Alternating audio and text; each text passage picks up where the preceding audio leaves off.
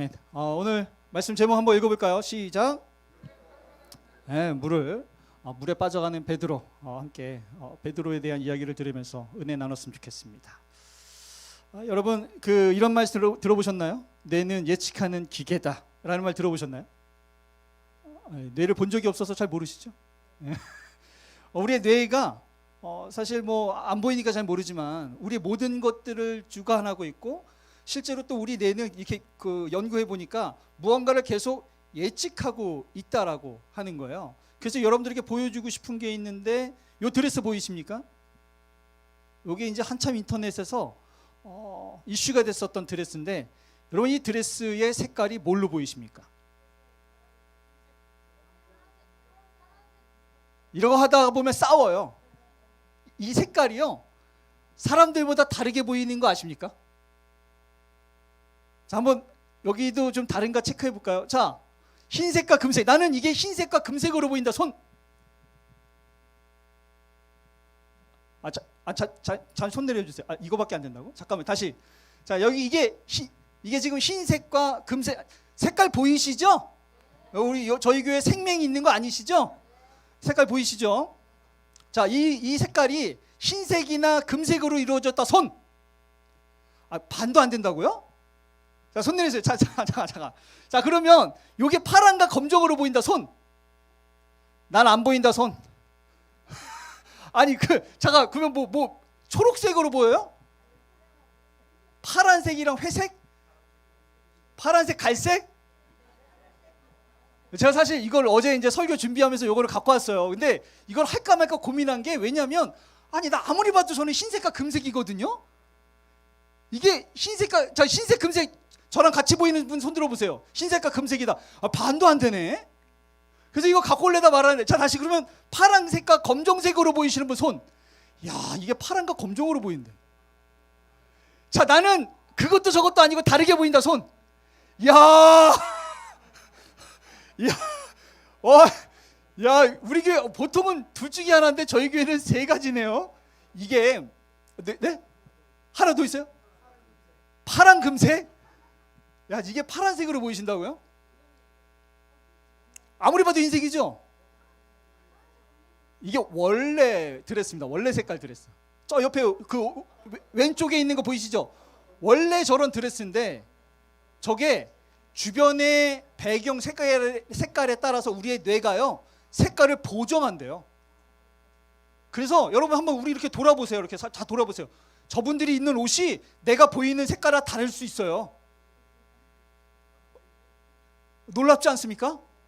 우리 뇌가요, 그냥 이렇게 색깔을 보정하는 거예요. 그냥. 또 하나 보여드릴까요? 요 밑에 있는 색깔 보이시나요? 밑에 있는 거, 파란 거 말고 밑에 있는 거.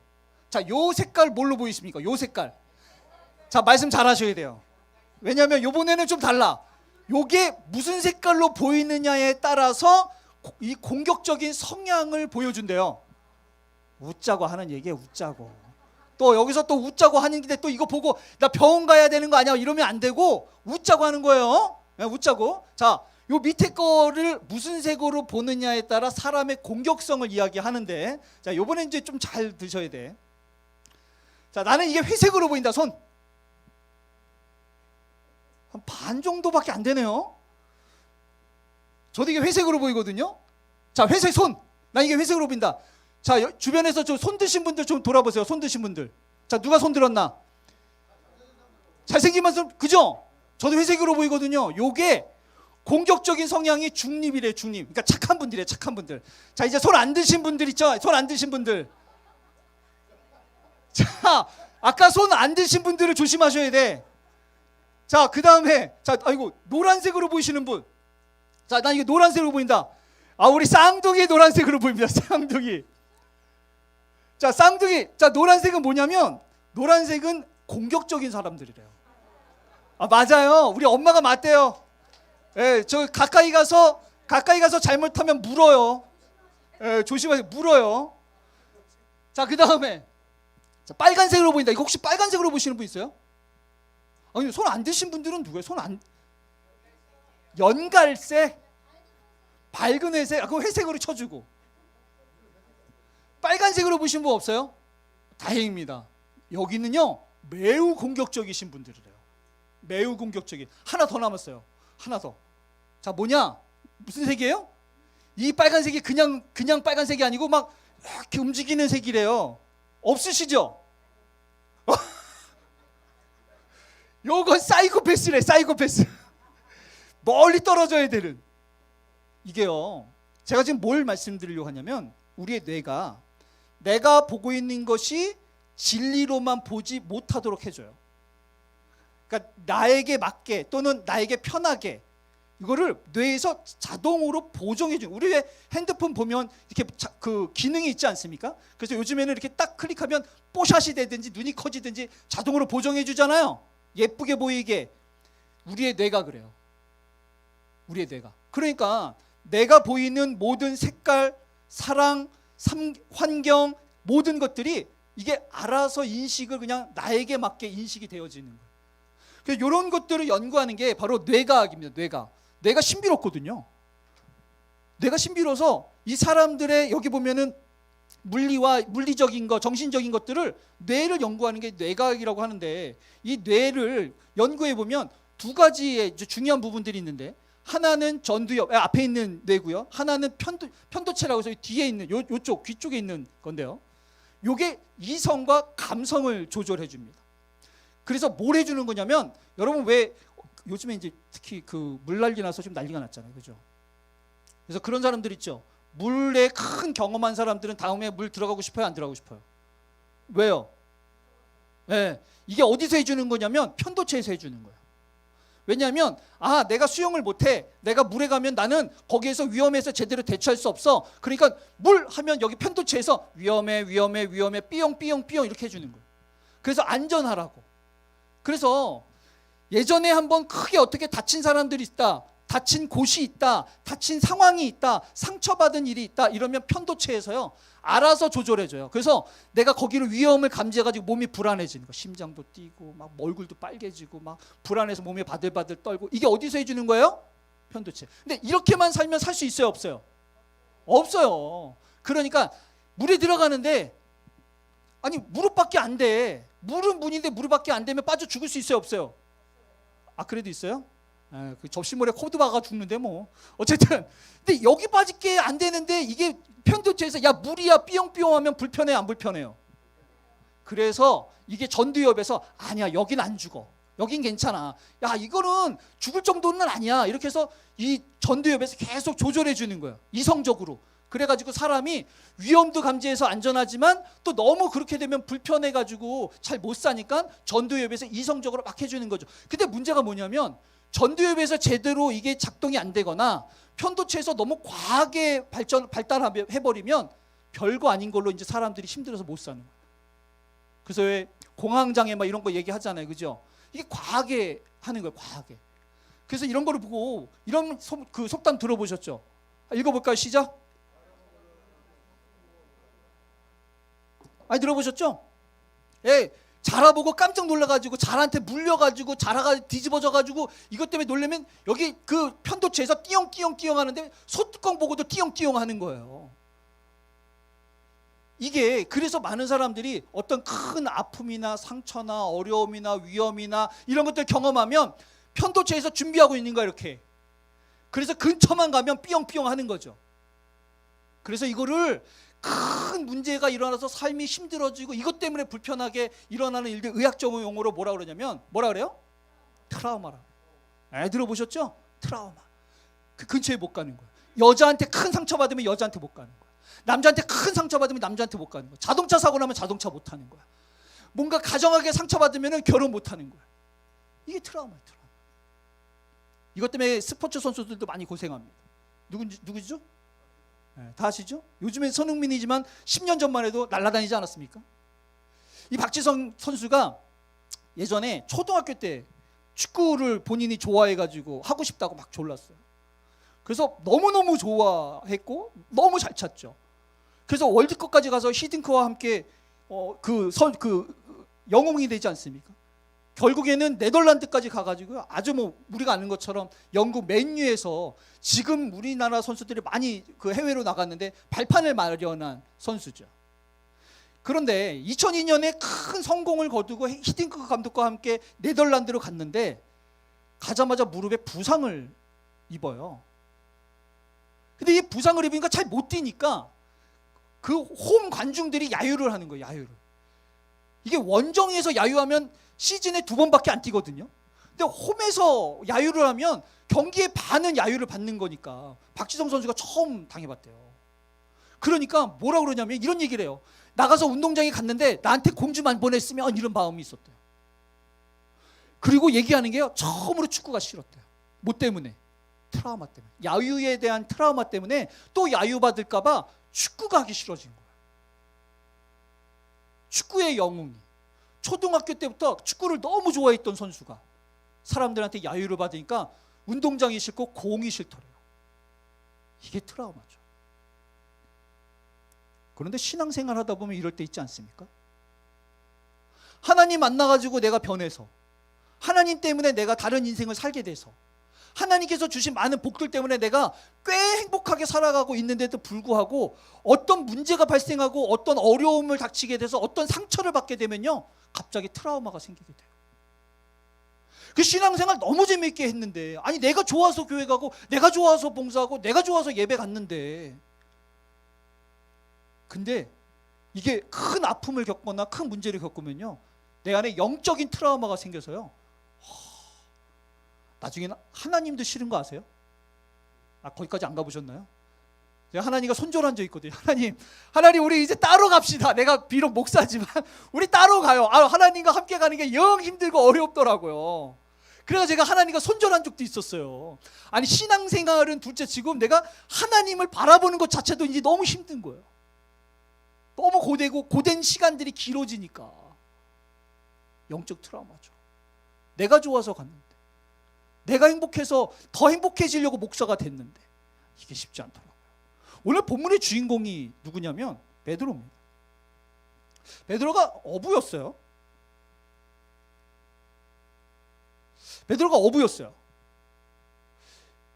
여러분, 어부는 물 위에서 고기 잡는 사람입니다. 베테랑이죠. 어느 날 가끔 시간 내서 고기 잡는 사람이 아니고요, 웬만하면 날씨가 구려도 웬만하면 나가서 고기 잡는 사람이에요. 이런 베드로가요, 예수님을 어느 날 만났을 때 나를 물 위에서 걷게 해달라고 본인이 얘기해요. 근데 잠시 있다가 소리를 지르면서 살려달라고 이야기하잖아요. 어부였는데 본인이 가겠다고 이야기했는데도 어떠한 트라우마 때문에 소리를 지르면서 막 빠져가는 장면들이 바로 오늘 장면이에요. 우리가 오늘 본문을 보면서 함께 이런 고민들을 해봤으면 좋겠어요. 우리 좋아서 신앙생활 하는 거죠? 다는 아닌 것 같네. 뭐 그런 사람들도 있고, 뭐 부모님 때문에 어쩔 수 없으신 분들도 있고, 뭐 목사님 때문에 어쩔 수 없는 사람들도 있겠지만, 어쨌든 얼추 비스무리하게 좋게 가잖아요, 그죠? 아멘 좀 해줘요, 좀. 얼추 비스무리하게 가고 있죠? 네. 그런데도 불구하고 때로는 우리가 신앙에서 슬럼프, 트라우마, 그래서 조금씩 주일이 무서워지고 예배가 싫어지고 하나님 앞에 기도하는 게 어려워질 때도 있어요. 그럴 때 만날 때 우리가 오늘 본문을 좀 생각해 봤으면 좋겠어요. 오늘 설교를 좀 생각하면서 그럴 때가 된다면, 그래, 내가 이런 게 문제야, 저런 게 문제라는 걸 명확하게 알고 어떻게 대처할지를 좀 깨달아서 힘들고 어려운 일이 있을 때 실수하지 않는 산정교회 되기를 축복합니다. 오늘 본문의 내용의 위를 보면요, 무슨 내용이 나오냐면 그 유명한 오병이어 이야기가 나옵니다. 이거 놀라운 사건이죠. 많은 사람들이 있는데요, 저녁에 돼서 사람들이 배고프니까 어린아이가 오병이어 떡 5개 물고기 2마리 가져오니까 기도해가지고 5,000명을 나눠주고 12강쥐를 남기지 않습니까?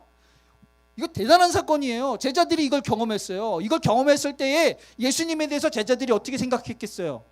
지금 우리로 얘기하면요, 하나님의 능력을 경험하고 은혜 받는 거예요. 맞아요? 네, 와, 우리 스승이 진짜네. 예수님이 하나님의 아들 맞는 것 같아. 메시아야, 메시아. 주는 그리스도시요 살아계신 하나님의 아들, 그거 딱 맞네. 이런 생각 했겠어요? 안 했겠어요? 오병이어 경험하고 다 은혜 받은 거예요. 다 은혜 받은 거예요. 여러분, 신앙생활에는 그 규칙이 하나 있습니다. 룰이 하나 있어요. 뭐냐면, 여러분 기억하셔야 돼요. 은혜 받으면 그 다음에 뭐가 온다? 비가 온다? 네, 뭐가 와요? 우리 정말래 권사님이 크게 얘기해 주시잖아요. 좀 컨닝이라도 좀 해봐. 자, 은혜 받으면 뭐가 온다? 고난이 온다.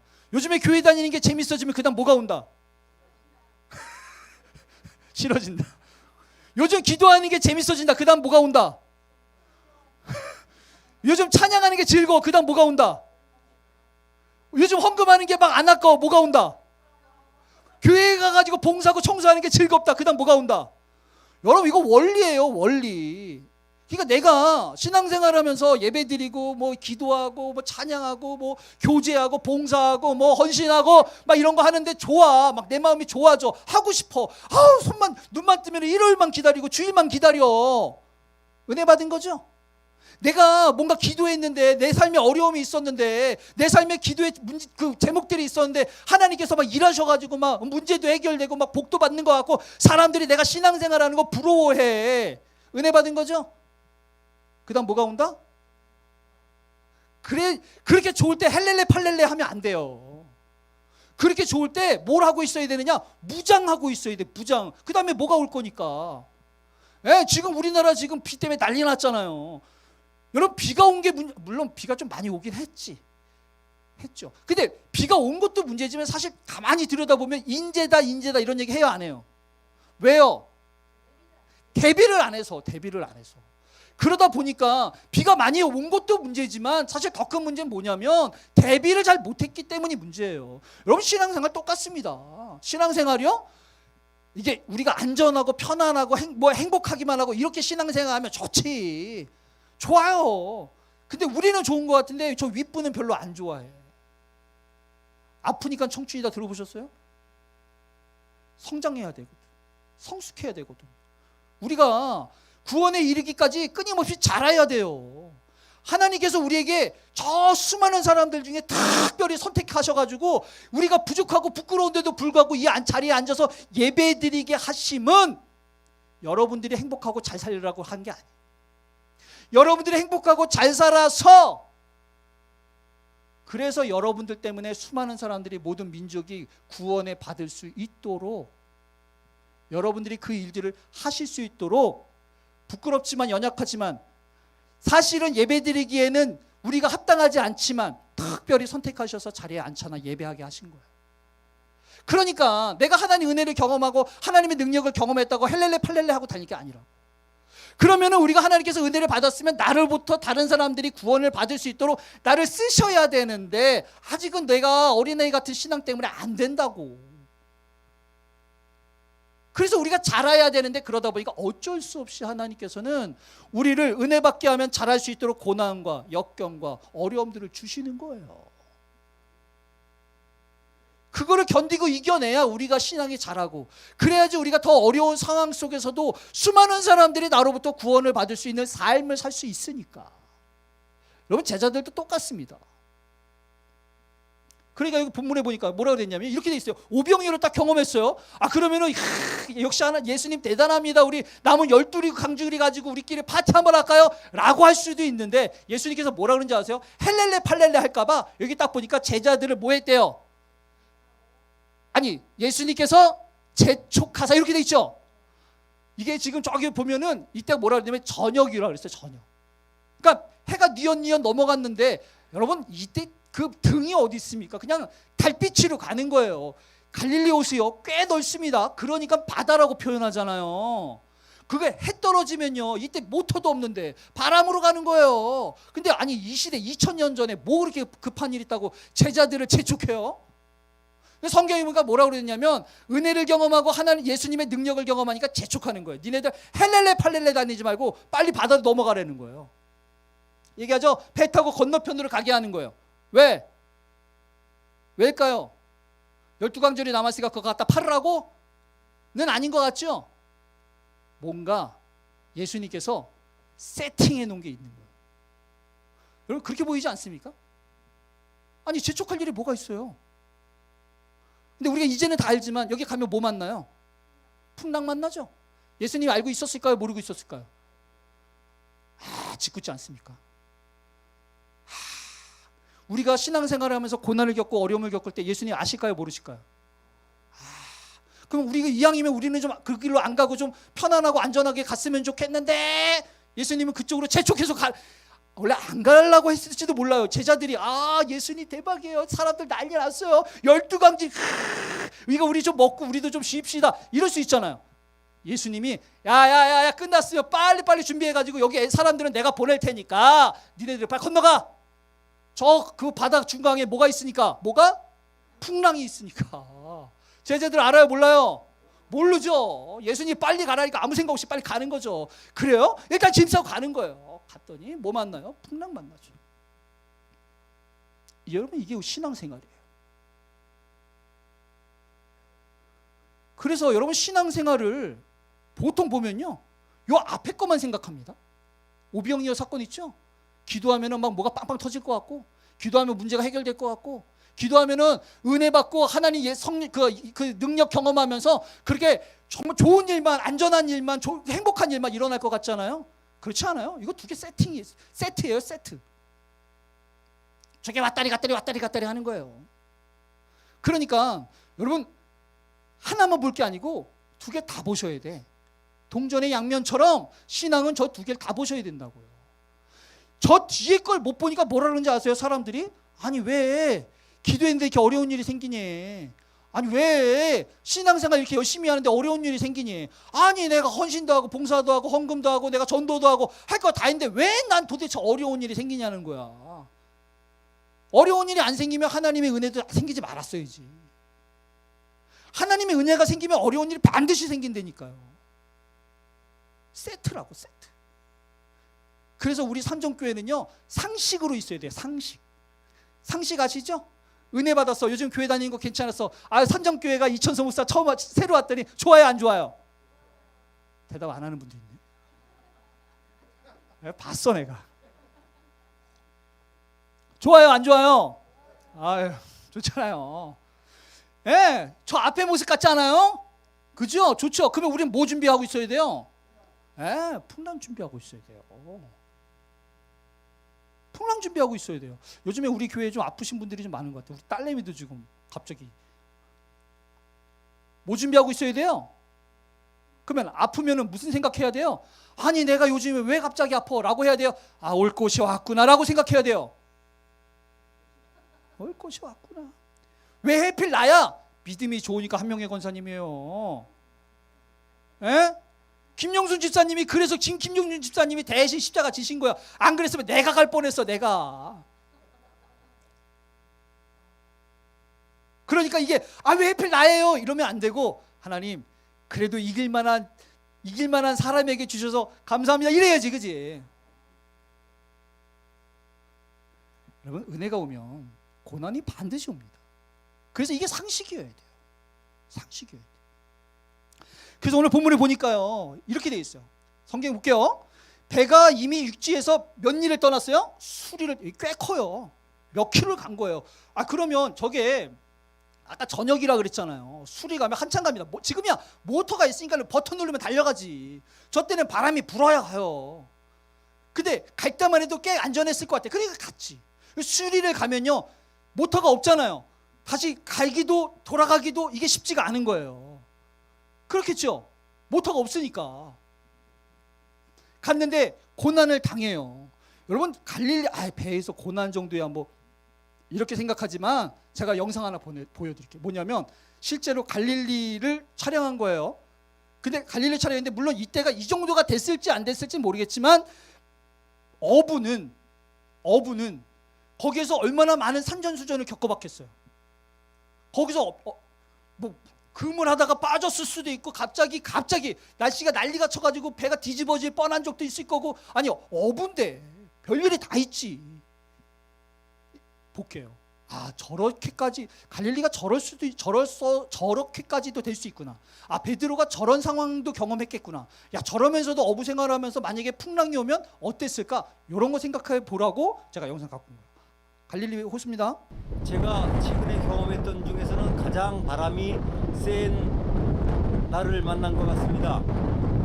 풍랑 만난 갈릴리 바다에 예수님을 그 제자들을 생각하게 하는 날입니다.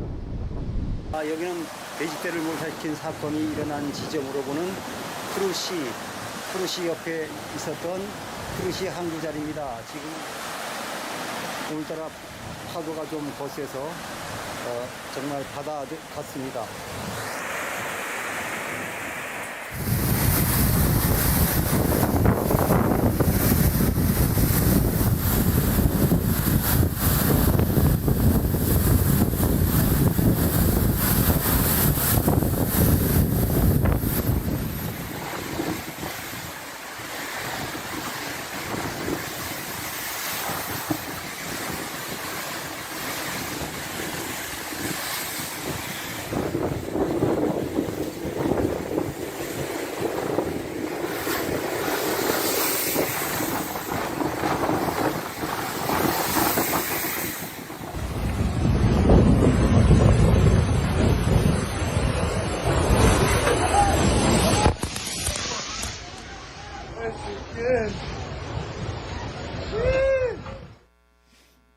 베드로가 얼마나 경험해 봤을까요? 이런 거 많이 경험해 봤겠죠. 그러니까 바람 좀 세차게 불고 갑자기 하늘이 좀 어두워지고 뭔가 냄새가 희한해지면 이런 거 오겠다라는 생각 하겠어요? 못 하겠어요? 우리는 잘 모를 수 있어요. 우리는 이게 조짐이 생겨도 아니 이렇게까지 가야 무서운 줄 알지. 근데 베드로는, 어부들은 바람 좀 희한하게 불고 뭔가 조짐이 심상치 않으면 무섭겠어요? 안 무섭겠어요? 여길 빨리 떠나야 되는데 모터가 없어요. 바람이 희한하게 불어. 막 회오리 분단 말이에요. 그러면은 바다를 지금 수리까지 왔는데 배가 지금 육지로 빨리 갈 수 있는 상황이겠어요? 아니겠어요? 그럼 머리에서 그려지지. 견적 나오죠. 뇌는 예측하는 뇌라니까요. 그래서 어쩌면요, 저렇게까지 되지 않았어도 저걸 경험했었던 어부들은요 더 무서워할 수 있어요. 맞죠? 상처를 경험한 사람들, 큰 어려움을 경험한 사람들, 느낌만 와도 알아요. 느낌만 와도. 벌써 편도체에서요 띠용띠용 한다니까요. 이걸 경험한 어부들이에요. 이들이 여기 보니까 뭐라고 되어 있냐면 밤 4경 이렇게 되어 있습니다. 저거 시간으로 따지면 새벽 3시에서 6시예요. 저녁 노을 지고 그리고 출발했어요. 그리고 새벽 3시에서 6시 사이면요 뭐 한 새벽 4, 5시 이렇게 얘기할 수 있겠죠? 그럼 지금 몇 시간째 지금 바다 위에 물 위에 있는 거예요? 대략 10시에 출발했었어도요 한 대여섯 시간은 지금 물에서 다니는 거예요. 지금 그 풍랑 때문에. 지금 여러분 상상이 되세요? 이게 그냥 성경으로 보니까 뭐 별거 아닌 것 같지만 지금 여기에서 어부들이 과거에 저런 바다를 경험했었던 어부들이라고 한다면 무섭겠어요? 안 무섭겠어요? 쉽지 않은 상황이에요. 이렇게 되어 있습니다. 예수께서 바다로 걸어오세요. 제가 그런 생각했어요. 여러분, 우리가 은혜를 받고 기도를 하고 이렇게 예배를 열심히 드리고 우리가 하나님 앞에 헌신하면 우리의 삶이 좀 안전해야 되지 않겠습니까? 그런 마음 있어요, 없어요? 있죠. 이왕이면 우리가 하나님의 능력을 경험하면서 그래서 내가 하나님을 더 신뢰하고 믿음이 커지면 우리의 인생이 조금 더 잘 풀리기를 바라는 마음 있어요, 없어요? 있죠. 이왕이면 기도 많이 하면 좀 더 잘생겨지고 살도 빠지게 됐으면 좋겠다 이런 마음 있어요, 없어요? 그건 없어요? 왜 그러면 좀 안 되나? 근데 어쨌든 우리 마음에 그런 마음이 있다는 거예요. 이왕이면 우리가 하나님 앞에 잘 머물러 있으면 그만큼 내가 하나님 앞에 헌신하고 기도하고 예배해서 애쓰는 만큼 하나님께서 우리를 좀 보호해 주시지 않을까라는 마음이 있다는 거예요. 근데 그러면 예수님께서 첫 번째 보내지 말았어야지. 거기 보내지 말았어요. 제자들이 간다 그러면 막았어야지. 가지마, 거기 위험해. 맞아요. 그래도 간다 그랬어도 아니 4경까지 왜 기다려? 예수님께서 고난 조금 시작됐을 때 바람 불고 파도 거치고 배가 왔다리 갔다리 하면서 위험을 느꼈을 때 예수님께서 짜잔, 야 니네 이거 위험했지? 이러면서 트라우마가 생기기 전에 오시면 얼마나 좋아요. 제가 볼 때는요 딱 보니까 이게 느낌이 어떤 거냐면 제자들이 이제는 죽을 것 같아서 숨이 꼴딱꼴딱 넘어갈 때쯤 오신 것 같아요. 동의하십니까? 그 예수님이요 이때요 다 몸이 있으셨기 때문에 걸어 다니셨어요. 그래서 저 시간들을 어떻게 했냐면 걸어서 갔단 말이에요. 여러분 상상이 되세요? 막 비바람 치는데 예수님 막 이거 맞으면서 막 갔겠어요? 아니면 예수님이 가는 곳은 그래도 좀 안전해서 이렇게 싹 간 다음에 제자들이 저 4경 때쯤에 어디쯤 올 거라고 아셨으니까 거기서 이렇게 팔짱 끼고 기다렸을 것 같으세요. 이거 같지 않아요? 다 기다리고 있는 거예요. 힘든 거 다 경험하고, 어려운 거 다 경험하고, 두려움 다 경험하고, 아까 오병이어 때 경험했던 믿음과 은혜와 하나님에 대한, 예수님에 대한 신뢰가 다 무너지고, 그래서 이제 아무것도 남아있지 않았을 때쯤에 딱 그 지점에서 예수님께서 기다리시는 거예요. 그렇게 얘기합니다. 두려워하지 말라고. 나니까 두려워하지 말라. 베드로가 얘기합니다. 주여, 만일 주님이시거든 나를 여기 걷게 해달라는 거예요. 예수님이 딱 보셨을 때는 이미 바람이 잠잠해지고 파도가 줄지 않았겠습니까? 이제 뭐가 괜찮아 보이는 거예요. 아까 난리가 났지만 이제 예수님이 딱 나타나니까 괜찮아졌겠다. 산정교회가 좀 어려움이 있었지만 이천수 목사가 딱 왔더니 좀 안전해 보이지 않습니까? 뭔가 바람이 좀 사그라드는 것 같고 파도가 막 이런 게 좀 사그라드는 것 같지 않습니까? 그래서 뭔가 교회가 좀 평안해지는 것 같지 않습니까? 그러니까 우리가 그래도 바다지만 걸음만 하겠다라는 생각 들어요, 안 들어요? 들죠? 그래서 우리가 바다를 걸으면 안전해야 돼요? 바람이 불기 시작해야 돼요? 이게 우리 바람이지. 이게 우리 바람이에요. 이럴 것 같거든. 그러니까 베드로가요, 바람이 불고 난리가 쳤는데 거기서 막 뒤집어지려고 이러다가 예수님이 딱 나타나니까 바람이 싹 그치고 파도가 잔잔해지고 이제 뭔가 안전이 싹 보이니까 걸을만 한 것 같은 거예요. 그렇게 얘기하죠. 걸어보겠다고. 그럼 계속 안전할 줄 알았거든요. 좋을 줄 알았거든요. 예수님한테 안전하게 가서 칭찬받을 줄 알았어요. 그랬더니 보니까 뭐래요? 오라, 그려, 와 했을 때 예수님께서 바람이 불 걸 알고 있었을까요? 몰랐을까요? 그죠? 베드로가 그래서 빠질 거 알고 있었을까요? 몰랐을까요?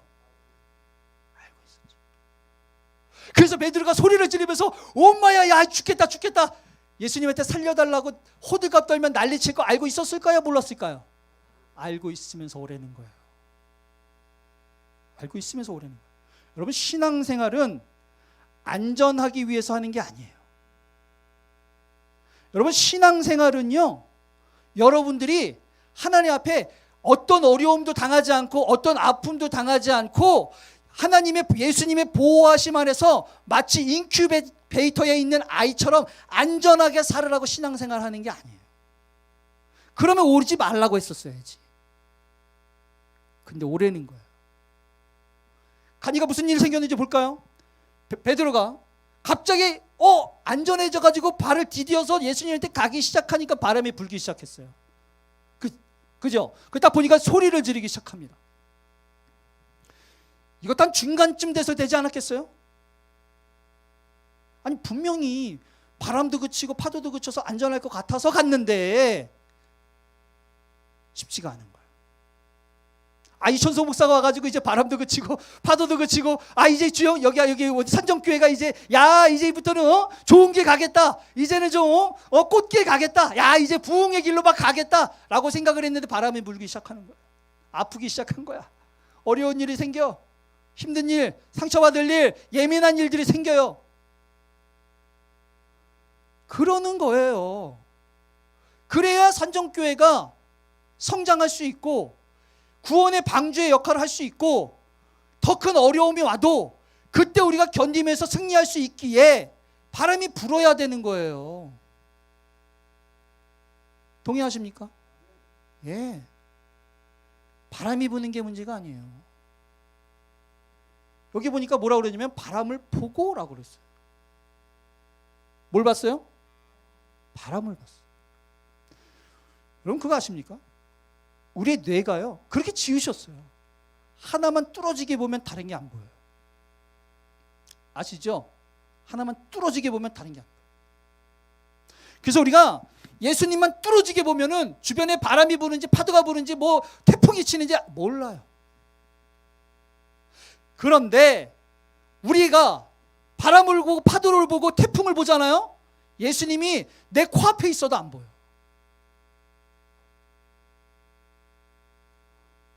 바람이 불고 파도가 치는 게 문제예요? 내 시선이 예수님이 아닌 바람을 보고 파도를 보는 게 문제예요? 보는 게 문제예요. 보는 게 문제예요. 지금 주님께서 하시는 일들은요, 우리가 어려움을 당하지 않도록 보호하시는 일을 하는 게 아니고요, 안 아프도록, 안 힘들도록, 안 두렵도록, 안 걱정하도록 하는 게 아니고요, 주님께서 하시는 건 그런 일이 있어도 우리의 시선이 주님께 고정할 수 있도록 하시는 거예요. 신앙생활은 그게 중요합니다.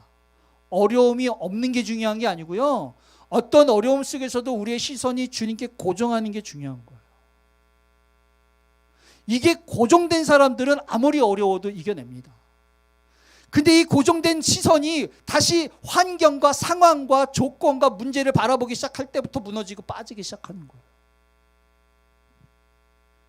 소리 지르지 않습니까? 예수님이 뭐라 그래요? 믿음이 작은 자야. 요거 하시려고 한 것 같지 않아요? 오병이어 경험했을 때는 믿음이 확 올라오고 갔잖아요.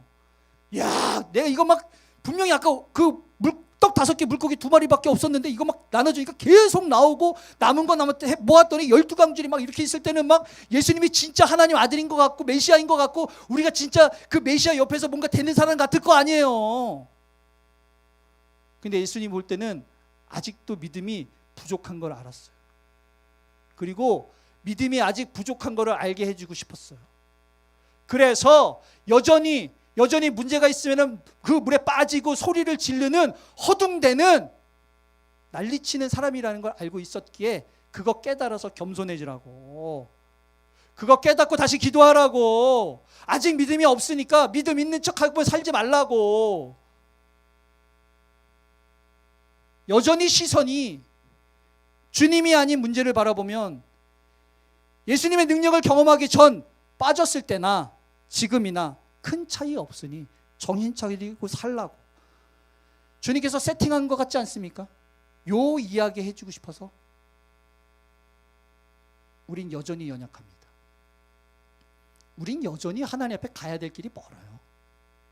우리는 여전히 주님 앞에는 어린아이 같은 사람들이에요. 아직까지는 우리 산정교회가, 저와 여러분이 우리 교회를 통해서, 저와 여러분들의 삶을 통해서 많은 사람들이 구원받기까지는 아직은 우리가 믿음이 부족합니다. 성장해 가야겠죠. 그러려면 우리가 얼마나 아직 부족한지를 아셔야 돼요. 그리고 우리의 시선을 자꾸 주님께 고정시키려고 하는 연습들을 하셔야 돼요. 문제를 보지 마세요. 어려움을 보지 마세요. 지금 이거를 세팅하신 주님을 보셔야 돼요. 요거 얘기 짧게 하고 끝낼게요. 그럼 어떻게 해야 되느냐? 어떻게 해야지 좀 이런 상황 속에서 실수하지 않느냐? 2가지 이야기하고 끝내겠습니다. 첫 번째는요, 하나님을 경험하는 사람들을 자꾸 살아야 돼요. 오병이어가 있으니까 물 밖으로 내려와서 그래도 걸었던 베드로입니다. 만약에 그거 안 했으면은, 아니 어부가 얼마나 물을 많이 빠져봤겠어요. 그거 어떻게 걸어? 그래도 경험해 보니까 빠지는 거예요. 다윗이 골리앗 앞에 갈 때 그랬어요. 그냥 어느 날 갑자기 간 게 아니고요, 내가 양을 칠 때 사자나 곰하고 싸워봤는데 이겨본 거예요. 그때 내가 실력이 좋았다기보다는 내가 하나님 앞에 믿음을 가지고 던졌더니 하나님이 하신 것 같은 거예요. 그러니까 골리앗 앞에 갈 때도요, 하나님이 하시지 않겠냐고 이야기하는 거예요. 그렇게 가는 거예요. 여러분, 신앙생활은요 입으로 하는 게 아니에요.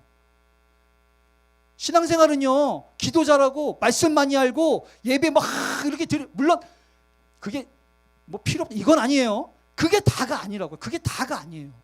진짜 중요한 건 그럼에도 불구하고 결국 고난과 역경 앞에서 내가 배 밖을 나올 수 있느냐, 내가 주님을 바라보면서 한 걸음 내딛을 수 있느냐, 그 고난 속에서 내 시선이 주님께 집중하고 고정시킬 수 있느냐 없느냐죠. 성경 많이 한다고 되는 거 아니에요. 가만히 보면요, 그래도 하나님의 일하신 들을 경험한 사람들이 한 걸음 내딛습니다. 이전에 하나님께서 하셨던 것들을 경험한 사람들이 다시 한번 일어나서 내딛습니다. 그래서 기도하는 거예요. 그래서 하나님 앞에 순종하는 삶을 살아가 보는 거예요. 그렇게 경험할 때 우리가 다시 한번 그 바람 속에서도 파도 속에서도 그래도 한 걸음 한 걸음 내딛어가는 믿음의 신앙생활을 할 수 있는 겁니다. 2번째는요, 뭘 한다고요? 읽어볼게요. 시작. 믿음의 고백을 훈련해야 돼요. 이거 힘든 거를 경험해보지 않은 사람들은 얼마나 어려운지 몰라요. 근데 고난이 오잖아요. 내가 분명히 저번 주까지만 해도 은혜 받아서 하나님 감사합니다. 하나님이 다 하실 것 같습니다. 내 인생을 모든 계획은 하나님이 하시는 것 같습니다. 라고 하지만 갑자기 그 다음 주에 고난이 오고 역경이 오고 아픔이 오고 문제가 생기면 언제 그랬냐는 듯이 그 내 마음에 염려가 있고 걱정이 있고 불평이 있고 원망이 있고 그래야 안 그래요? 저만 그래요? 이렇게 시치미를 뚝 떼시나? 너무하시네. 그래요 안 그래요? 그래요. 우리가 그래요. 우리가 조금만 어려워지면요, 조금만 힘들어지면, 조금만 문제 생기면, 조금만 문제가 길어지면 우리 그래요. 여기 성경에 보면은 이 42편이 고라자손이 쓴 걸로 알려져 있어요. 저때가 언제냐면 다윗이 그 아들 압살롬에게 그 구테타를 당해가지고 피신할 때 썼다라고 알려져 있습니다. 그때 써서 도망가는데 얘기하는 거예요. 목마른 사슴이 시냇물을 찾듯이 막 얘기하는 거예요. 근데 분명히 다윗이 잘 나갈 때는 우리 하나님 최고라고 했거든요.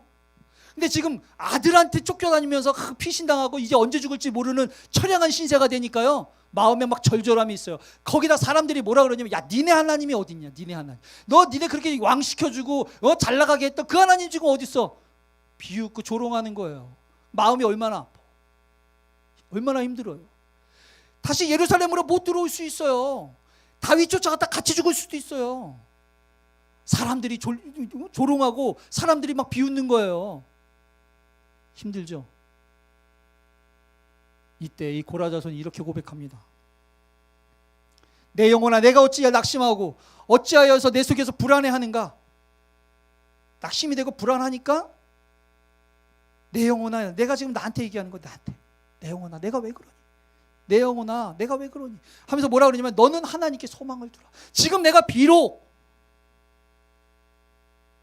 내가 쫓기는 신세가 됐고 비웃음을 받는 신세가 됐고 사람들이 조롱하는 신세가 됐지만, 그래도 다시 나를 새롭게 일하실, 나를 새롭게 세우실, 나를 통해서 새로운 일들을 하실 주님을 자꾸 소망을 두라고 내 스스로. 여러분, 이게 기도입니다. 고난이 없는 게 신앙이 아니에요.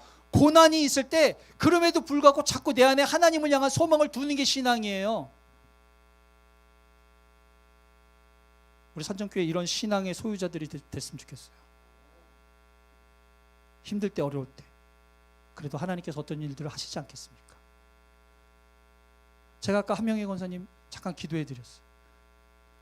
제가 이렇게 기도해 드렸어요. 그래도 하나님께서 계획이 있으시지 않겠습니까? 여러분, 우리는 하나님의 소망을 두는 거예요. 물론 이번 기회에 깨끗하게 났으면 좋겠죠. 저도 너무 바라는 마음이에요. 이왕이면 건강해져서 이천성 목사가 기도했더니 돌이 사라졌대. 할렐루야. 이런 거 좀 됐으면 좋겠네.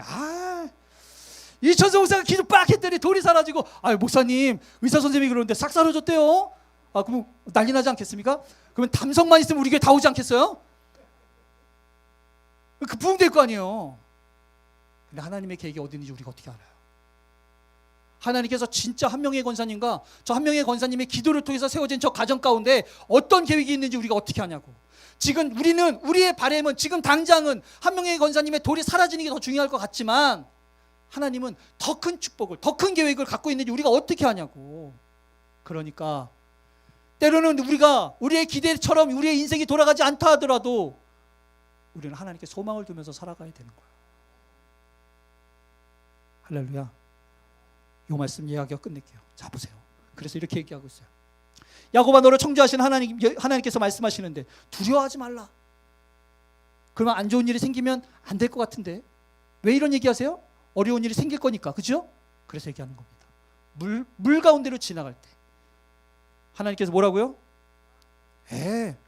아까 제자들과 똑같지 않습니까? 누가 가라 그랬어요? 예수님이 가라 그랬어요. 그래서 갔는데 뭐가 와요? 풍랑이 와요. 근데 예수님께서 함께 하시잖아요. 여러분, 우리는 물 가운데를 가지 않길 바라지만 신앙생활은 갈 수밖에 없어요. 왜 우리가 자꾸 물 가운데를 가는 거야? 이러다 침몰하면 어떡하라고? 아니에요. 그럴 때마다 함께 하시는 주님을 발견하고, 그럴 때마다 우리의 시선이 물이 아닌 주님을 바라보는 연습을 하라고 물 가운데로 보내는 거예요. 할렐루야. 또 뭐라고 돼 있어요? 불 가운데로 지날 때에도 타지 않을 거래요. 아니 이왕이면 불을 꺼트려 주든지 불이 없는 데로 가게 하면 되는 거잖아요. 아니 얼마나 편해 안전하고. 근데 글로 가라는 거예요. 타지 않을 테니까, 죽지 않을 테니까, 함께 하시니 걱정하지 말고 가라고. 그리 아니하실지라도. 할렐루야. 우리 신앙생활 속에 다양한 어려움은요 멈추지 않을 겁니다.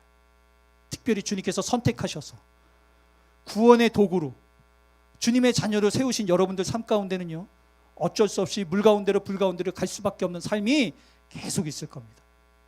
그럴 때마다 우리가 허둥대중지지 말고 분명히 주변에 계실 그곳에서 우리가 지나갈 것을 알고 기다리실 주님을 바라보면서 주님께 시선을 고정하면서 힘들고 어려울 때 감사할 수 있는, 기뻐할 수 있는 진짜 믿음의 소유자 산정교회 되기를 축복합니다. 기도하시겠습니다. 하나님, 저희 그런 교회 됐으면 좋겠습니다. 고난에 더 강하고 역경에 더 강하고 힘들고 어려운 일이 있을 때 더 기뻐하며 찬양하며 감사할 수 있는 그런 진짜 믿음을 소유한 교회 됐으면 좋겠습니다. 아직은 쉽지 않지만, 아직은 허둥대중지지만, 그럼에도 불구하고 주님께서 우리를 인도해 주시고 우리를 성장시켜 주시고 주님께 시선을 고정할 수 있는 믿음을 주셔서 힘들 때 더 강한 기뻐할 수 있는 귀한 교회 될 수 있도록 도와주시옵소서. 감사드리며 예수님의 이름으로 기도했습니다.